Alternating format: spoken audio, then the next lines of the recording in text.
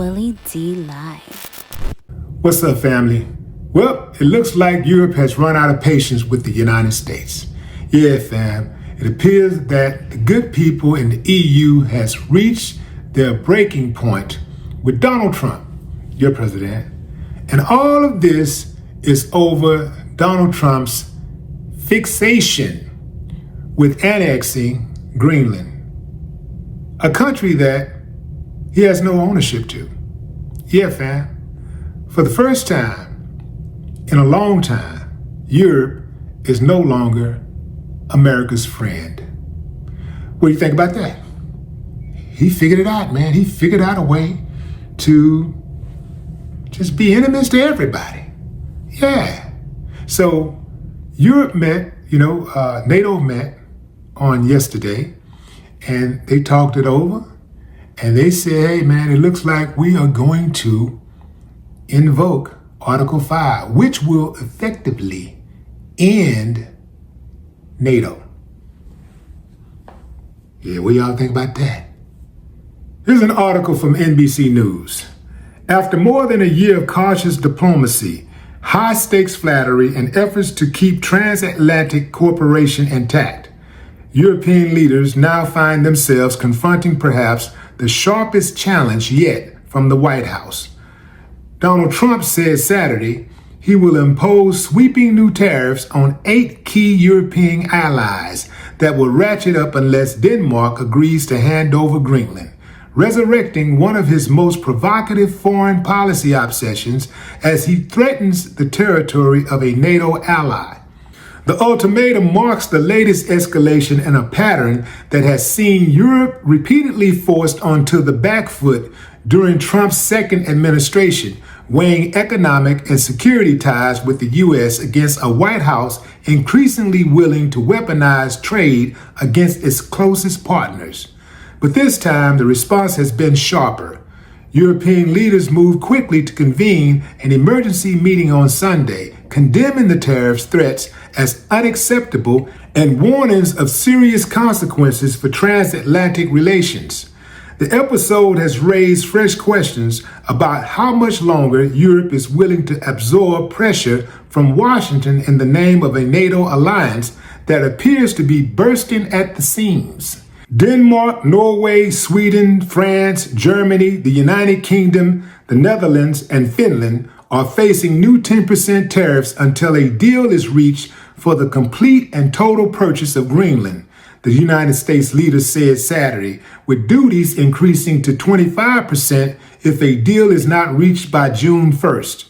It is a familiar position for European leaders who spent much of last spring negotiating with Washington as Trump sought to reshape global trade through tariffs. The U.S. already has a framework agreement with the European Union capping tariffs at 15%, alongside a separate deal with the UK limiting duties to 10%. Trump did not say whether the newly threatened tariffs would override those agreements or be imposed on top of them. But one thing is for certain, Europe is suffering from Trump fatigue. And so am I, and so is every sane individual in this country and abroad. Family, this dude simply got to go. They should have never let this motherfucker back in. They should have never let him in the first place. I knew it, fam. I knew it when we got a reality show star who was in the running. I was like, good Lord. And when they picked him, it's one of those situations where you remember where you were when it happened.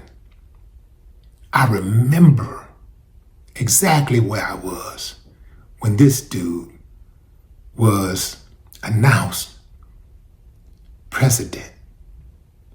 I remember it like today. I was at a local news station in Houston covering the election. And family, when I say I started looking at that map and I started seeing all that red, I said, this motherfucker's about to be the president. Slowpoke. the dude who didn't do his own homework, the crook, the thief, the racist. He's about to be the president. So I knew it was downhill at that point. Some of y'all probably already knew. I guess I'm just an idealist, fam, and I just had more hope for this country, I really did. I thought that those old fights were old fights, and we had new fights, right? Like now we got the new fights, then we got the old fights. And the old fights is the new fights, and new fights are the old fights. Yeah, you're picking up what I'm putting down. He has destroyed America's reputation. But here's the deal, fam. Now, there might be a silver lining here. For a long time, America has been able to pretend. For a long time, America has been the whore who has pretended to be a lady. On one end, she goes out and talk about freeing people and liberating this country, that country, and this being the land of milk and honey for everybody and opportunity and all that kind of stuff. But then on the other hand, you have people who are actively practicing oppression, suppression, subjugation. They're actively trying to roll the clock back on civil rights legislation, right? America has been able to operate the propaganda machine very well over the years, very well. It's been able to get the message out, and people just kind of go with the message. But I'm going to tell you what happened. I'm going to tell you when the cracks started showing up in the armor, when the chinks started showing up in the armor, right? It was 9/11. When that happened, people started coming to their senses. Oh, this wasn't about weapons of mass destruction. This was about oil. Whoa, because we needed somebody to blame for those towers going down. So, as a people who are not involved in the intelligence sector and who's not working within the government, we don't know, the inner workings of this stuff. So we count on our elected politicians, to pack fair, to be honest with us. So when we see them doing the opposite, we question that.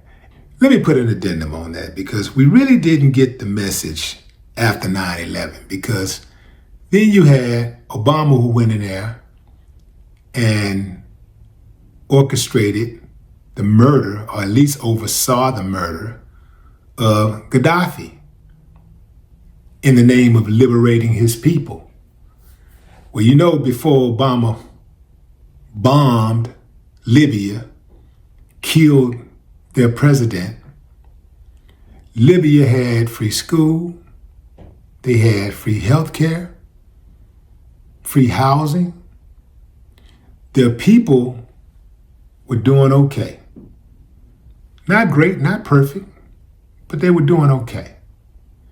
Now, Libya has been reduced to almost nothing, fam. I mean, it's been chaotic since America invaded in the name of liberating the people.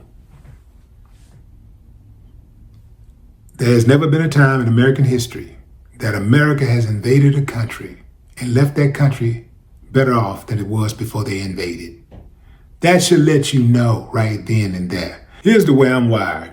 Every time I see America starts attacking somebody, when they start sounding the alarm that a person is our enemy, I immediately start taking an interest in that person and seeing what's really going on.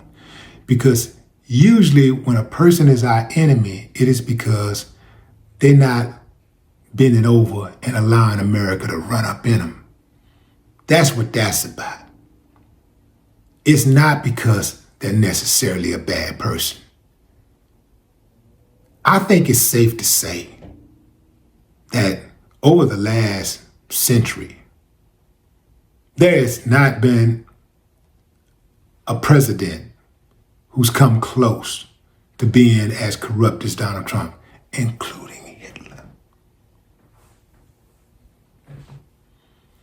All of this stuff that's going on around the world, see, we just seeing the stuff that they're showing us. We're not seeing these sanctions. We're not seeing the effects, the remnants of these sanctions that America have on countries all across the world, and they're starving people. People are dying of starvation every day. People die by the millions from starvation because of these sanctions that America put on these countries, because the countries don't want to play ball, because they don't want to just turn over their resources. Yeah, that's going on. But you can't tell these Trumpers nothing. You can't tell them that. The European nations, if they bust up NATO, I think Putin gets what he wants. And I wouldn't be surprised if Putin told Trump to go after Greenland, because Putin is smarter than Trump. Putin knows that if Trump goes after Greenland, that NATO has to defend Greenland. If he takes over Greenland, he knows it's going to be a big fallout, and it's going to bust NATO up more than likely. At the very least, it is going to strain relations with NATO. This is why I'm a huge advocate for self-defense. Bullies. It's not enough for you to just mind your business and be a law-abiding, good, decent, hard-working human being. That ain't enough. The uncivilized mutt is going to track you down and try you. Trust that. So when that happens, you got to be able to put something on his ass to make him get off you and not ever try it again. In fact, hit him hard enough to warn anybody else. You got to make an example out of him. Otherwise, you're going to have more problems from him and others who might be looking at how weak you were when you was dealing with that person or that entity. You got to be able to get out. So if you got a house and you can't protect it, is it really your house? If you got a country and you can't protect it, is it really your country? Drop a comment. I'd love to hear your thoughts. No more talk.